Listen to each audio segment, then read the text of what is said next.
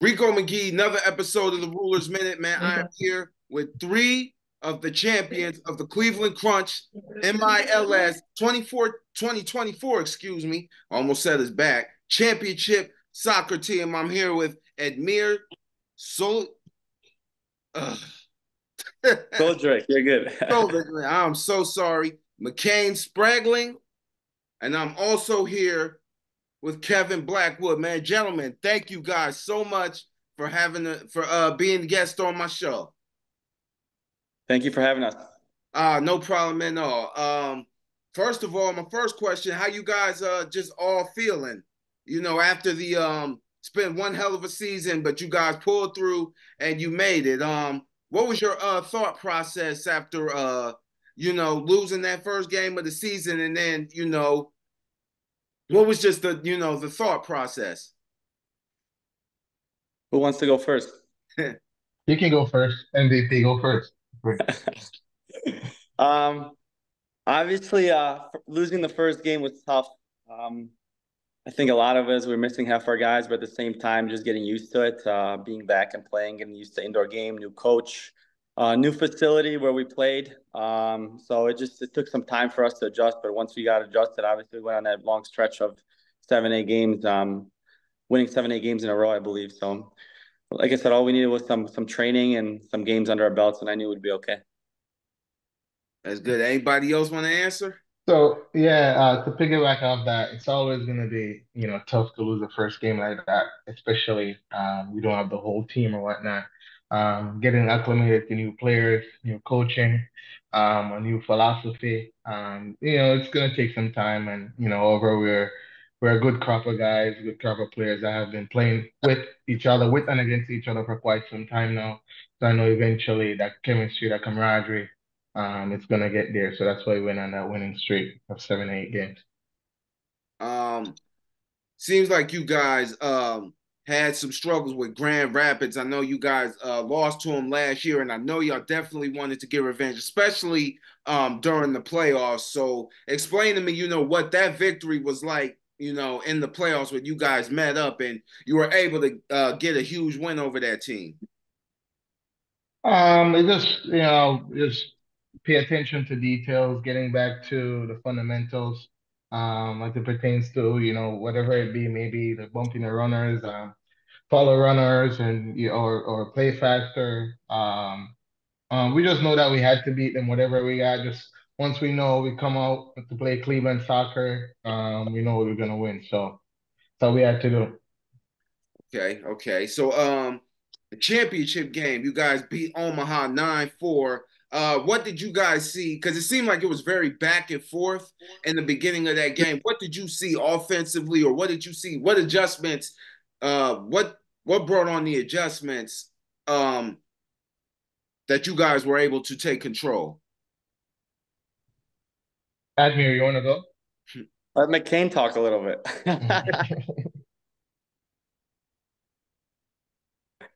McCain, we can't hear you, buddy. I think you're on Yeah. mute.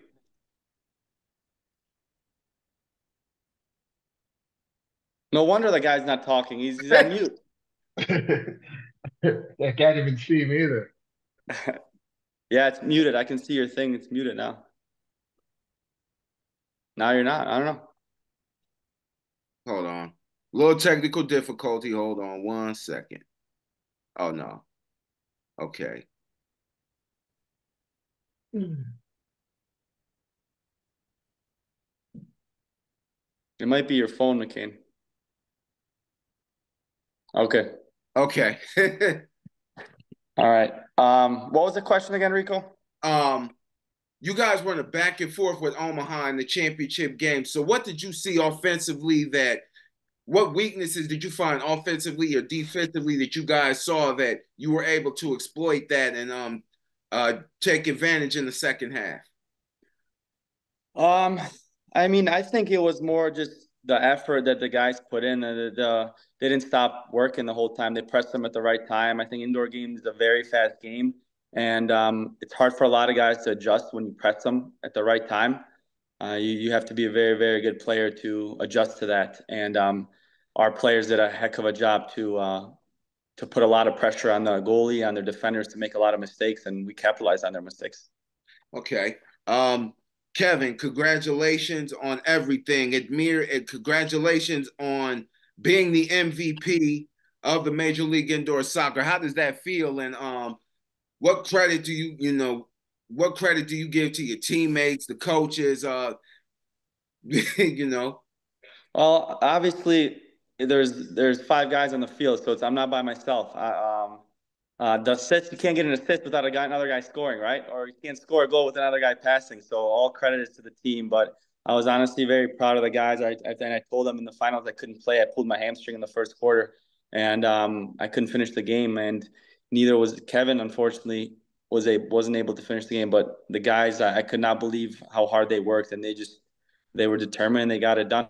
But in the end, like I said, it's all credit to the teammates, the coaches, everybody. It comes down to a team. MVP is nice, but in the end, all that matters is that championship.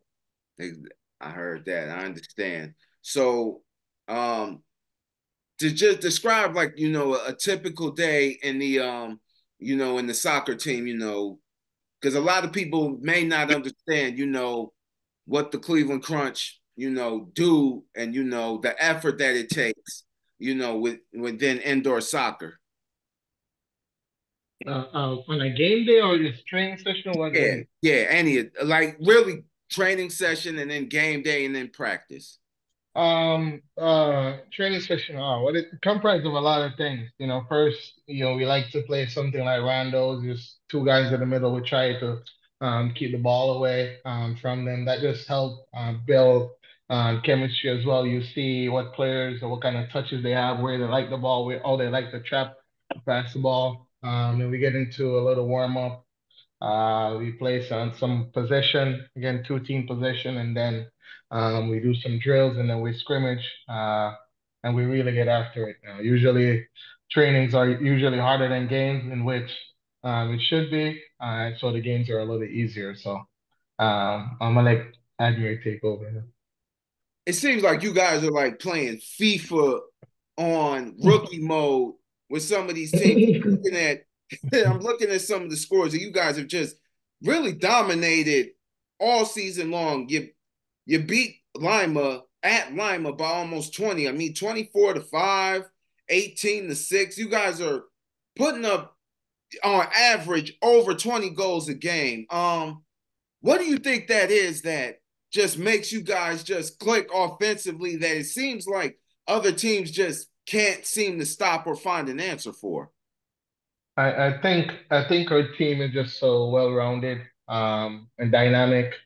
Because some of the guys, the dexterity that they display each and every game, just like in the final, myself was out, Admir was out. We have that next man mentality. So the next guy who step up, the level is not gonna drop. So it's just gonna continue from there. So Yeah, it seems like the front office and you guys like they do a very great job in developing players. So we're talking about, the championship game and how this can propel the popularity of soccer in the city of Cleveland, Ohio. How else do you think we can get the word out and grow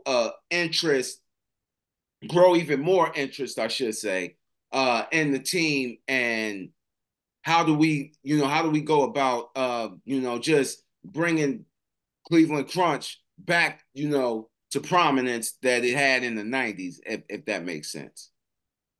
Um, I think it's tough to compare the '90s and indoor soccer to now. I those guys back then it was a different level, and they were getting paid a lot of money to play. They had people from all over the world coming to play here, specifically the indoor game, because of the amount of money they were getting. But it's you start with winning, and we did that. So we've been winning. We've had a good few seasons. I think the only little thing we're missing is a bigger venue so we could hold more fans, because I really do believe that we get that venue of 2,000-3,000 people. I think we could sell out every game, especially playoffs. I think that would be easy. I think we need something even bigger.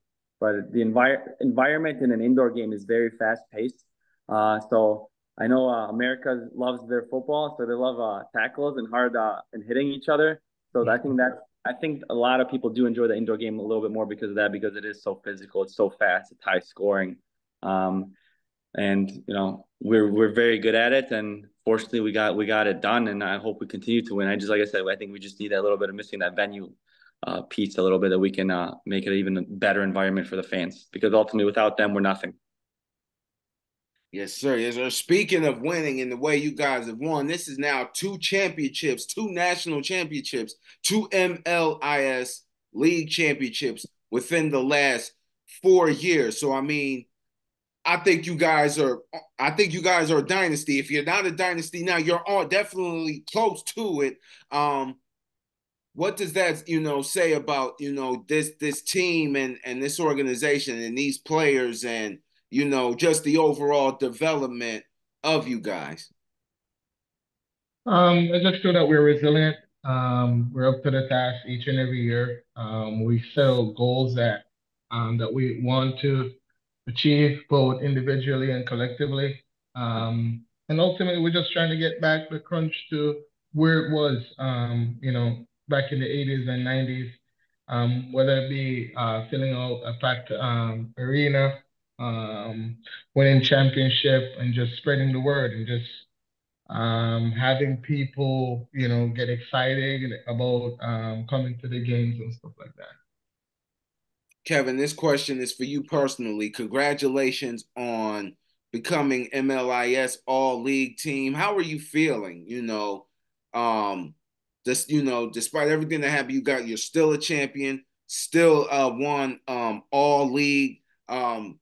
What's just your thought process, and just how are you feeling overall? Um, I'm feeling great, to be honest. Despite the fact that I went down, but to see that my teammates, they stuck up for me so much. They're fighting for me, and ultimately, it doesn't matter who went down or whatnot. The mere fact that we won, that's all that matters. I take away all the pain and all the anxiety, all the stress and stuff like that. Most importantly, we have to give it up to the coaching staff, my teammates as well. Just to go back to what Admir says, if Admir don't pass me the ball, I can't score, or if I don't pass the ball, or somebody don't pass the ball, we can't score. So I just kudos to all of my teammates, coaching staff, and you know from the equipment guy, everybody from the front office, everybody. We do appreciate them all, and we couldn't have done it without them. What would you say is, and this is for everybody, what would you say was your favorite point of this season? Um, I know y'all got a there's, lot.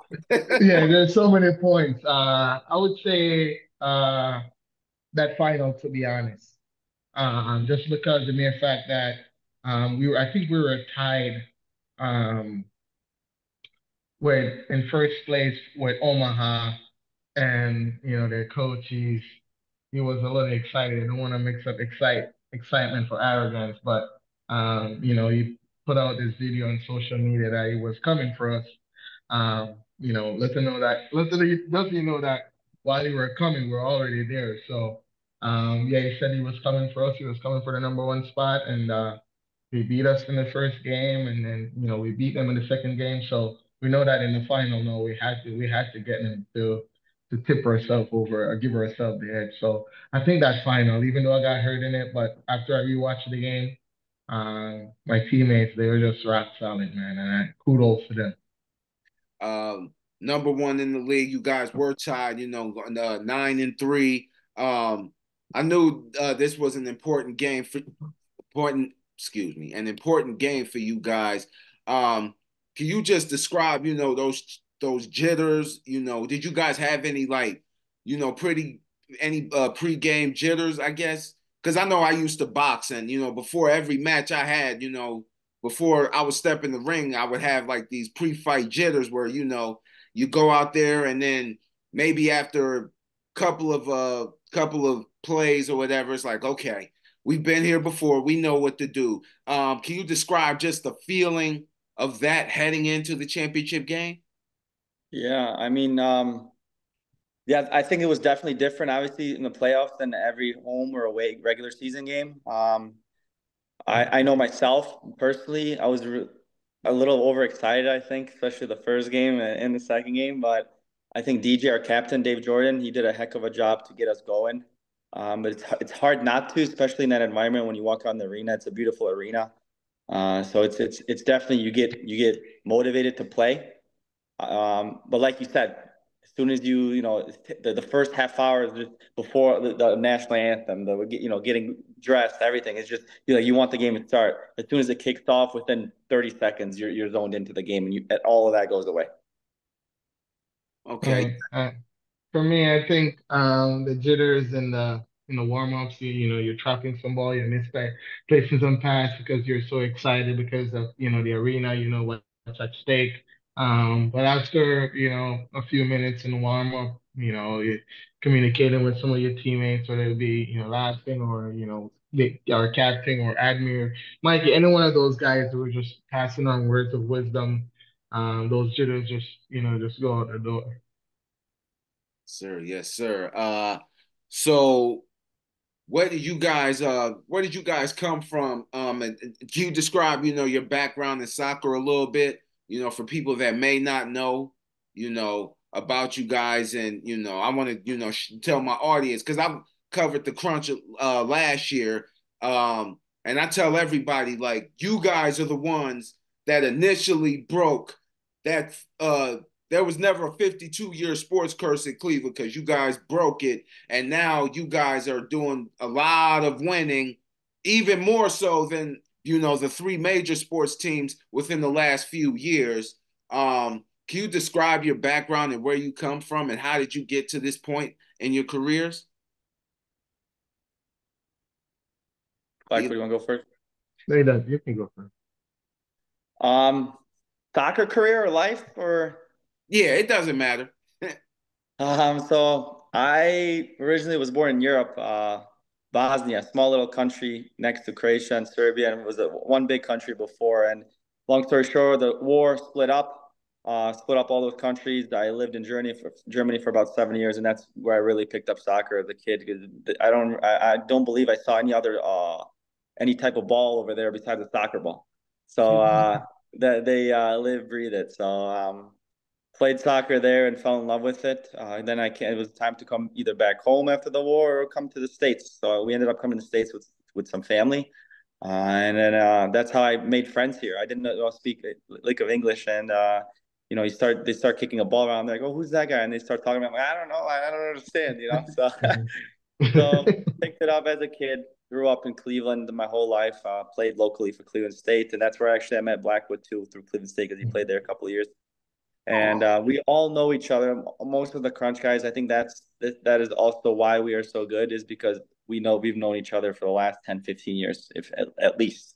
So we have there's a lot of chemistry there. We know how everybody plays, and I'm fortunate enough that indoor game you could play, in your 30s and up to 40 almost, because it's smaller field. You don't have to run as much. So hopefully we can continue to build off of this year.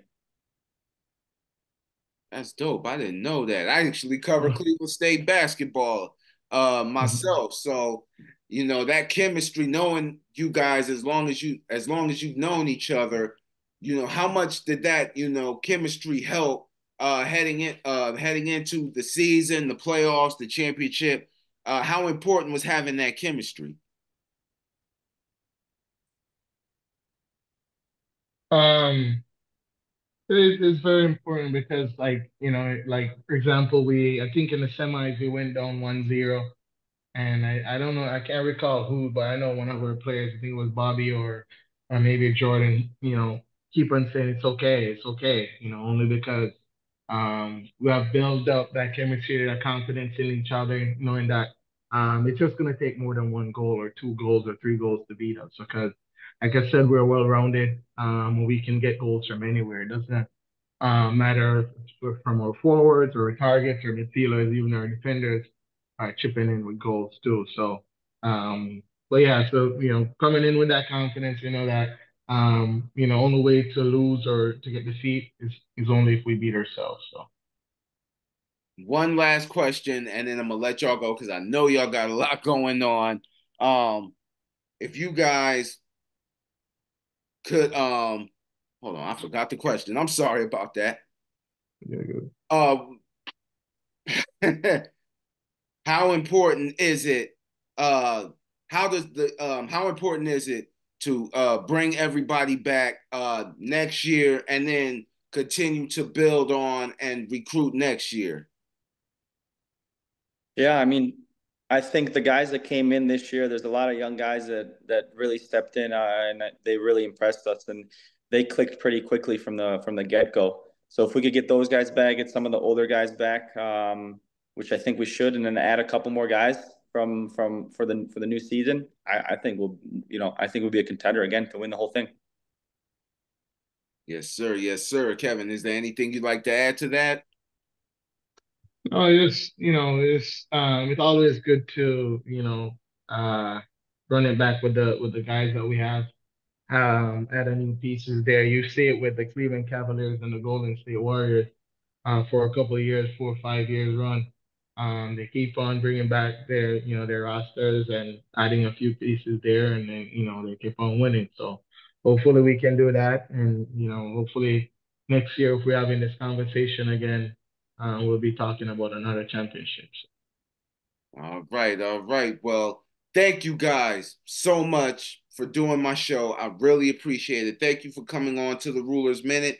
This is Amir Suljevic, Kevin Blackwood, and McCain Spragling. Um, Technical difficulties.